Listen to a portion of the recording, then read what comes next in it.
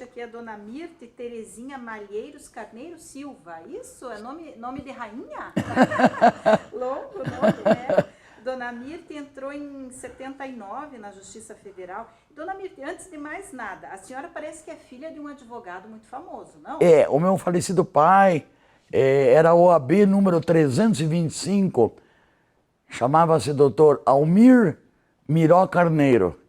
Ele trabalhou muito na Justiça Federal como advogado dativo, que os juízes federais na época solicitavam a meu pai para ele defender os processos, principalmente os de faixa de fronteira, contrabando, descaminho, falsificação de passaporte, carteira de identidade, para os indiciados que não tinham advogado. Então meu pai prestou alguns serviços, porque ele se dava muito bem com o então falecido doutor Heraldo Vidal Correia, que era o juiz da segunda vara, também com o doutor Milton Luiz Pereira, que era o juiz da primeira vara federal, e também o juiz da terceira. E nesta época, eu formado em Direito, não quis seguir a advocacia junto ao escritório do meu pai, por inúmeros motivos. Ele fazia uma advocacia muito voltada para direito agrário, que era um direito em que as ações demoravam a ser julgadas na época. E eu, como recém-formada, queria trabalhar em alguma coisa diferente. Prestei concurso para a Justiça Federal e fui lotada na então segunda vara federal, com sede na rua 15 de novembro, no prédio onde também funcionava a Procuradoria da República. Tive o prazer de conhecer, além do Dr. Milton Luiz Pereira, o juiz da segunda vara, que seria o meu juiz titular, Heraldo Vidal Correia. Conheci também o Dr. Vladimir Passos de Freitas, Dr. Manuel Volkmer de Castilho, da terceira vara, porque no Paraná só existiam, na época, 3 varas federais. Nem se cogitava em existir varas no interior do Paraná.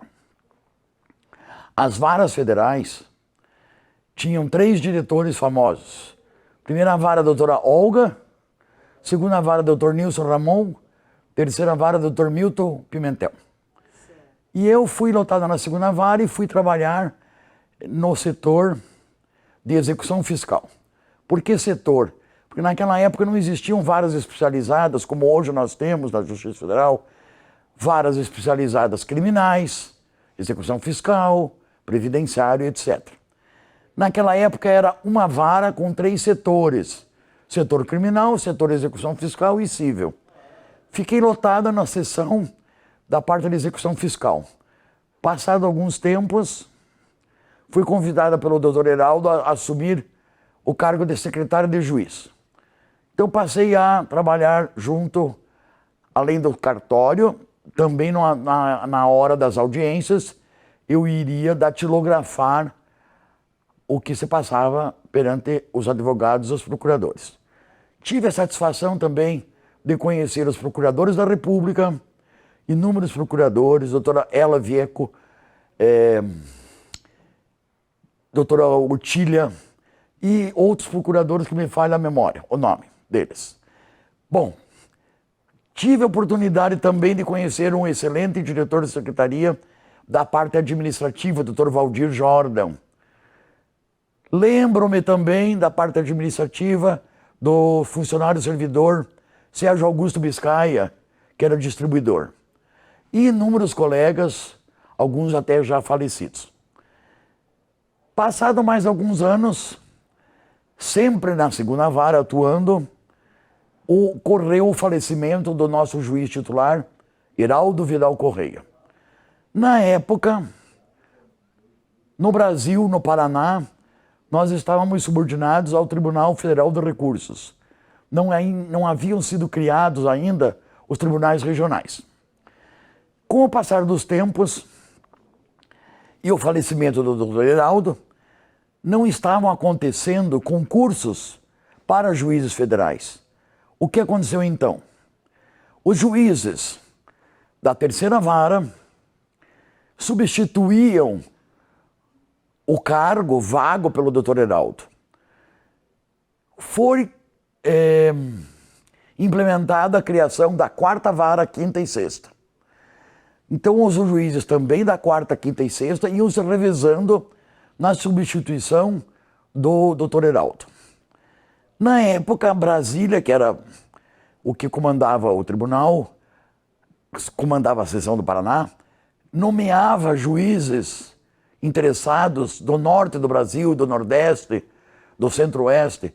E daí eu tive a oportunidade de trabalhar com o doutor Praxedes, do nordeste, doutora Maria Luísa, de Belo Horizonte, doutor Vladimir, que tinha vindo de São Paulo, doutor Rômulo de Souza Pires, também de São Paulo. Então o que aconteceu? Cada mês, o juiz diretor do foro designava um juiz federal de outro cartório para acumular as funções do cartório de origem e também da segunda vara.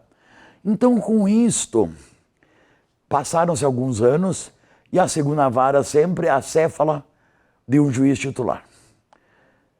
Com isto, eu tive a grande satisfação e a oportunidade de conhecer e trabalhar cada mês com um juiz diferente. Dr. Cal Garcia, Dr. Tadá Quirose e outros juízes que depois foram todos para o Tribunal Regional da Quarta Região em Porto Alegre, quando este foi criado. Depois surgiu o concurso para juiz federal e assumiu então o Dr. Antônio Albino Ramos de Oliveira, com o qual eu trabalhei até eu me aposentar. Cada juiz que entrava como substituto, eu entregava o meu cargo de diretora, porque a nomeação naquela época do cargo de diretora da secretaria era uma nomeação a cargo do juiz. E quando trocava o juiz, eu entregava o meu cargo à disposição. E todos eles diziam, não vamos mexer com a doutora Mirte, porque a doutora Mirte conhece na época, 2.978 processos que haviam na tramitação na segunda vara. Quando chega um advogado, ela já levanta, e quando ela levanta, é porque ela quer atender aquele advogado. Nunca ela nos contou o porquê. E nem é o momento de eu falar o porquê. Mas tinham certos advogados que gostariam de falar comigo e não com os chefes de sessão, porque eu, às vezes, meio que estava mais ao par dos despachos que vinham do gabinete para a minha mesa. Tudo que vinha do gabinete dos juízes federais passavam pelo meu setor. Tive a oportunidade de ter inúmeros funcionários maravilhosos, servidores dedicados, competentes. Roberto Fade, que depois passou a ser diretor. Antes disso, Haroldo Colim, que era funcionário, que também passou a ser diretor. E outros que continuaram como servidores, a Eliane, o Fábio Luiz dos Santos, o ex-expedicionário Flores Schleder, que tinha participado na Itália da guerra e como expedicionário foi reaproveitado na recriação da Justiça Federal.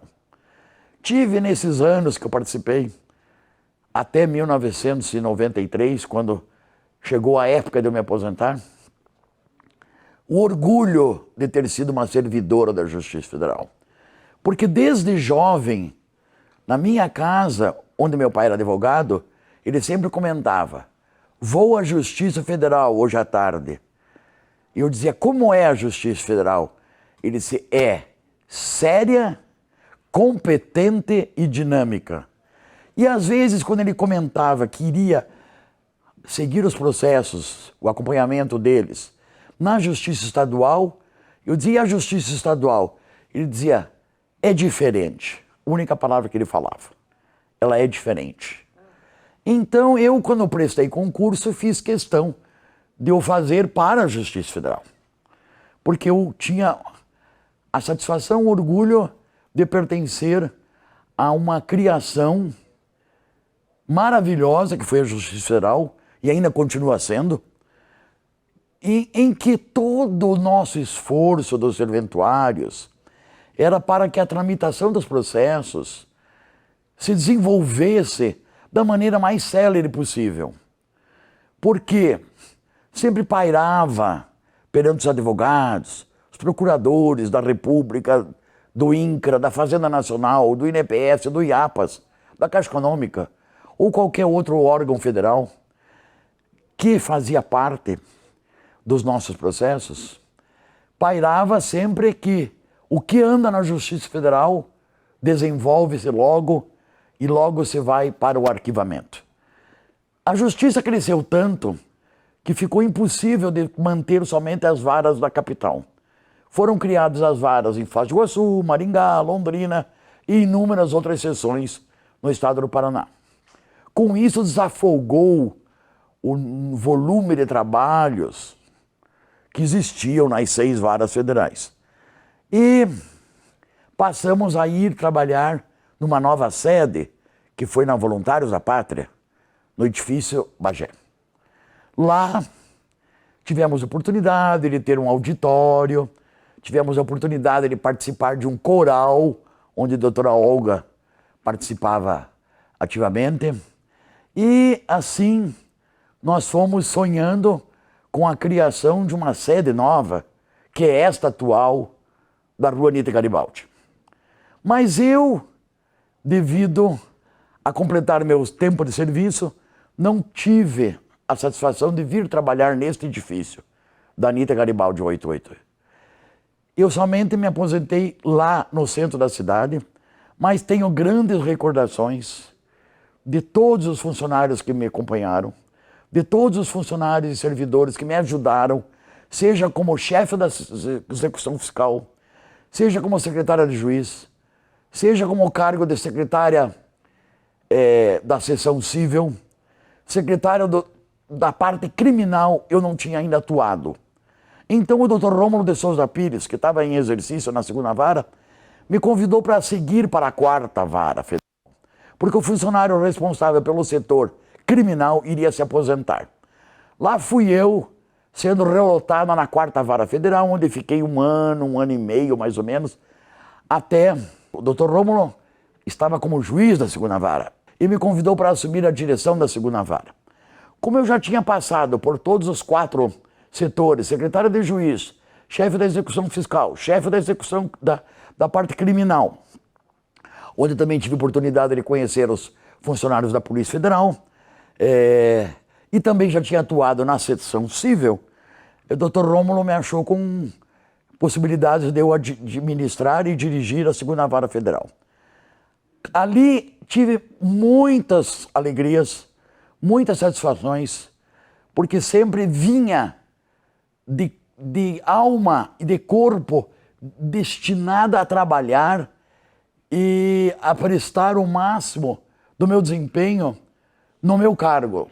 Funcionária Dulce, que muito me honrou com o convite de participar dessa entrevista, também me perguntou se eu lembrava de algum fato inusitado, diferenciado do dia a dia da nossa atuação na Justiça Federal. Recordo-me que lá no edifício Bagé, uma determinada tarde, o funcionário encarregado da portaria ligou para mim e disse: doutora Mirte, o que eu faço? Estão aqui mais ou menos uns 20 índios. Imediatamente entrei em contato com o nosso juiz, na época, substituto, e falei: estão chegando 20 índios de alguma aldeia, referente a algum processo que eu não sei de cor qual é, e quero saber o que o senhor determina para ser providenciado. Imediatamente, ele se liga imediatamente, primeiro para a FUNAI, que seria o órgão responsável pela parte indígena, liga para o Procurador da República e para quem mais a senhora acha que tem que ligar? Se não couberem no átrio da frente dos elevadores, coloca numa sala onde funciona o servidor Roberto Fade, pede para o Roberto passar, aguardá-los na porta daquele recipiente, daquele recinto, e vamos ver o que vai acontecer. Imediatamente a FUNAI já mandou um procurador da República, também pedi ao procurador do INCRA, porque me lembrei que só poderia ser um processo, esses índios referentes a um processo famosíssimo na Segunda Vara, que era o processo da Mangueirinha. O que era a Mangueirinha? Era uma enorme gleba de terra, uma enorme área que estava em litígio há muitos anos na Segunda Vara Federal. Na época, os processos eram físicos. Não havia sido criado, ou melhor, não havia sido implantado ainda na Justiça Federal os computadores. Nós trabalhávamos com processos folha a folha. Eram montados os processos em cada cartório. Depois eu soube que até isso passou a ser diferente. O processo já sobe da distribuição montado. Nós tínhamos que montar os processos. E eu lembrei que este processo da Mangueirinha estava num armário separado, porque ele já tinha 26 volumes de 200 páginas cada um. Ou seja, cada juiz que mudava a cada 30 dias, os advogados deste processo vinham: doutora Mirth, pelo amor de Deus, coloca na mesa do juiz o processo da Mangueirinha. Era difícil, 26 volumes, né?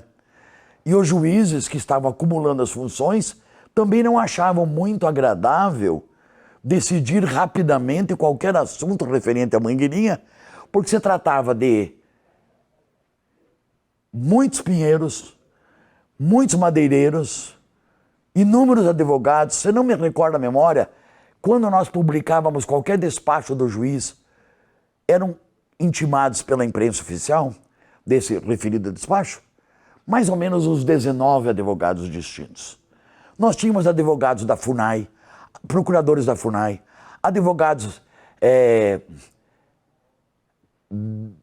dos próprios reivindicantes da área, que eram inúmeras pessoas dizendo que eles eram os poceiros ou que eles eram os proprietários. Enfim, a Mangueirinha era um processo complexo e difícil. Então ficou uma coisa inusitada. Todos aqueles índios chegando na Justiça Federal às 13 horas da tarde, que era o horário onde abria o funcionamento, e os outros advogados que muito iam à Justiça para ver os outros 1.200 processos, ou 1.500, 1.900, ou 2.000, porque não tinha essa comunicação online. Os advogados tinham que ir à Justiça Federal para saber de qualquer desenvolvimento que acontecesse no processo, de qualquer despacho, de qualquer decisão, de qualquer liminar, de qualquer sentença, ou seja, ou qual for o despacho que o juiz desse, reclamando que eles queriam uma decisão do juiz e que eles queriam a sentença do processo. Mas era impossível o juiz naquele dia proferir a sentença. O processo nem estava em andamento. Ia demorar mais alguns anos. Eu não me recordo o dia que este processo passou a ir para o arquivo. Mas eu acho que foi uma grande dor de cabeça a menos para qualquer serventuário e para qualquer juiz federal.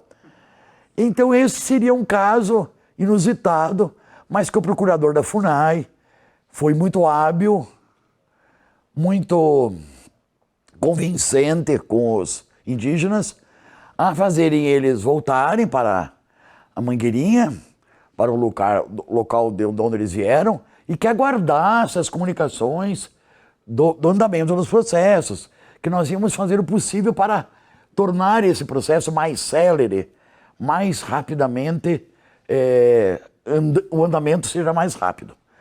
E assim foi uma coisa muito diferente terem aparecido mais ou menos uns 30 indígenas, claro, com os cocares e as indumentárias próprias dos caingangues, que eram a tribo indígena desse lugar, eram os caingangues.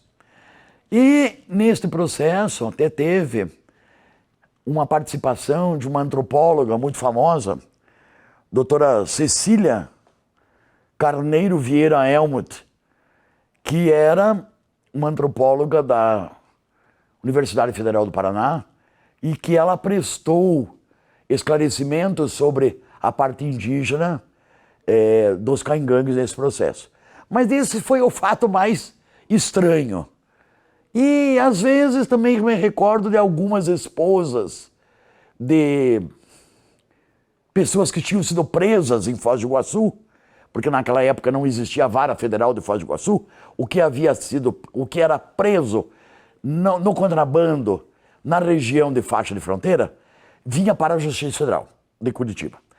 E era distribuído ou primeira, ou segunda, ou terceira vara, ou depois quarta, quinta e sexta, conforme foram se criando novas varas. Então aconteceram também algumas vezes de a gente chegar no cartório, quando abria as portas às 13 horas, tinham viúvas chorando, esposas chorando, que o marido tinha sido preso. Que pena, só porque ele estava carregando um caminhão de palmito.